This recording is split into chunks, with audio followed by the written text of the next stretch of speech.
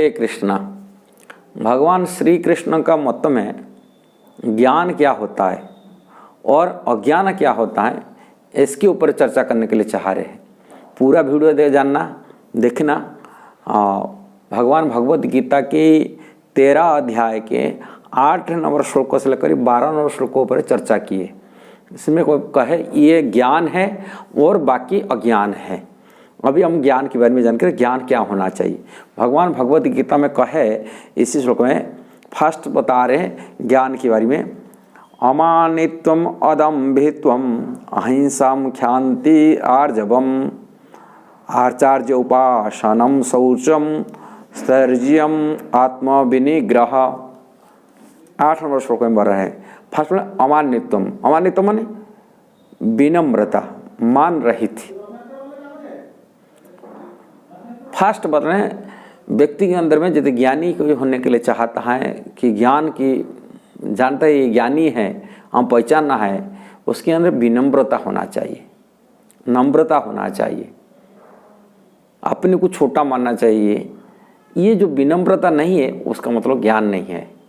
ये जीव को भगवान सिखा रहे, फर्स्ट ज्ञान होना चाहिए, विनम्रता बता रहे। दूसरी होता है बताते अदम्भित्वम, दंभ विहीनता, अहंकार शून्य होना चाहिए। भगवान बोलते अहंकार रहित होना चाहिए, दंभ अपने को बड़ी मानना नहीं चाहिए, पहले बता रहे। नेक्स्ट बता रहे अहिंसा, किसी के प्रति हिंसा वृत्ति नहीं होना चाहिए। चौथा बता रहे क्षांति। क्षांति मतलब सहनशीलता, सुख में दुख में मान में अपमान में हानि में लाभ में हर परिस्थितियों को सहने वाले के लिए बता रहे हैं। और आर्जवम, सरलता, कपट शून्य होना चाहिए, आगे पीछे बोलने वाला नहीं होना चाहिए, इसको सरलता बोलते हैं। जो सामने में एक मीठा बात बोलता है, पीछे आपकी बुराई करता है, इसको तो कपट बात है, क्योंकि ऐसा करने वाला नहीं होना चाहिए। ये होता ज्ञान।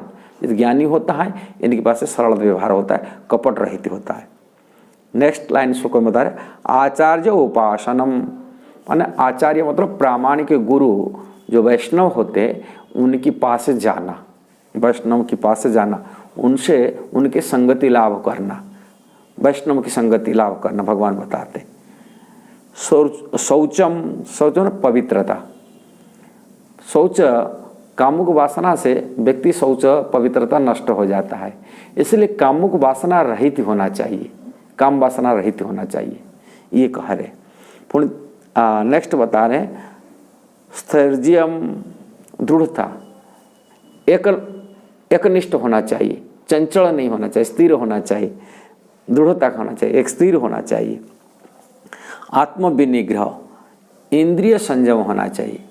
आत्मविनिग्रह माने इंद्रिय जो 6 वेग विशेषकर रूप गोस्वामी वर्णन किए, मन की वेग, वाणी की वेग, जिह्वा का वेग, क्रोध की वेग, उदर की वेग, उपस्थ का वेग, ये 6 वेग प्रति व्यक्ति कंट्रोल होना चाहिए, उनको संयम न करना चाहिए। वाणी कुछ भी नहीं बोलना नहीं चाहिए, वाणी को खूब संयम करना है। वाचो वेगम मनसा, मन की वेग, मन अस्थिरता नहीं होता है, संयम मनोवृत्ति की उसको मन के संकल्प विकल्प करता है, इससे भी स्थिर होना चाहिए।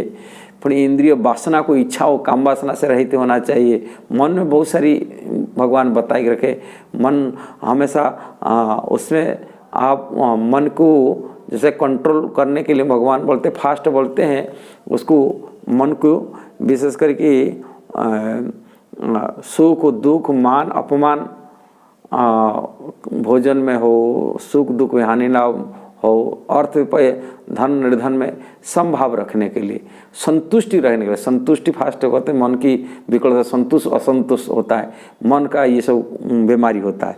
इससे मन को संयम बनना चाहिए, संतुष्टि रहना चाहिए, और इंद्रिय प्रति कंट्रोल मनोवृत्ति रहना चाहिए, इंद्रिय माने विषय वासना प्रति रहना चाहिए। ये होता है मन की विनिग्रह कहते हैं। पर इंद्रिय अर्थेषु वैराग्यम, इंद्रिय जो भोग है, इंद्रिय की जो विषय है, इंद्रिय चाहता है अलग अलग तरह चीज़ भोग करने के लिए, कि देखने के लिए, कि सुनने के लिए हो, कि खाने के लिए हो, कि सूंघने के लिए हो, कि स्पर्श के लिए हो। इंद्रियों के जो विषय है वो विषय प्रति संयम भरना, इंद्रिय अर्थेषु वैराग्यम, इंद्रिय भोग चाहता है, नहीं, उससे नहीं करना चाहिए, हटना चाहिए। इसमें वैराग्यम।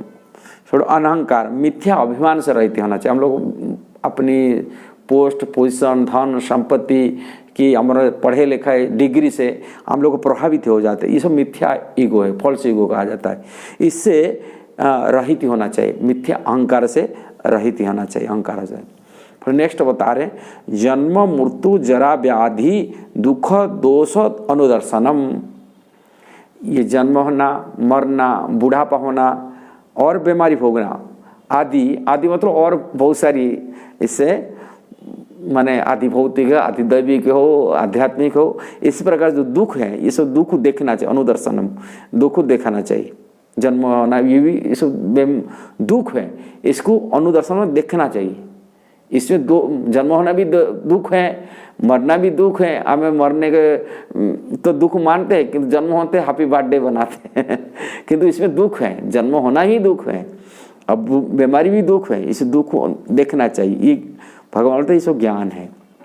इसके बाद में तो बता दें, पुत्र दारा गृह आदेशु माने अनभिज्ञ स्वंग, माने इससे संग माने आसक्ति रहित होना चाहिए।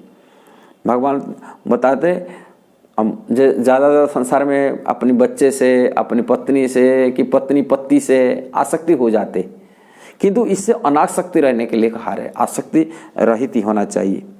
इससे माने घर से, परिवार से, धन संपत्ति से भगवान वैराग्य होना चाहिए। संतान, स्त्री, घर तथा अन्य वस्तुओं से ममता से मुक्ति होना चाहिए। जो अटैचमेंट होता है उससे मुक्त होना चाहिए। ज्ञानी व्यक्ति इससे मुक्त होना चाहिए। अज्ञान व्यक्ति आसक्ति हो जाता है, भगवान आसक्ति होना चाहिए, अनासक्ति होना चाहिए। और अच्छी तथा बुरी घटना प्रति संभाव रखना चाहिए। अच्छे घटना हो कि बुरा घटना हो, कि धन हो निर्धन हो, मान हो अपमान हो, हर परिस्थिति में संभाव रखने के लिए भगवान बता रहे हैं।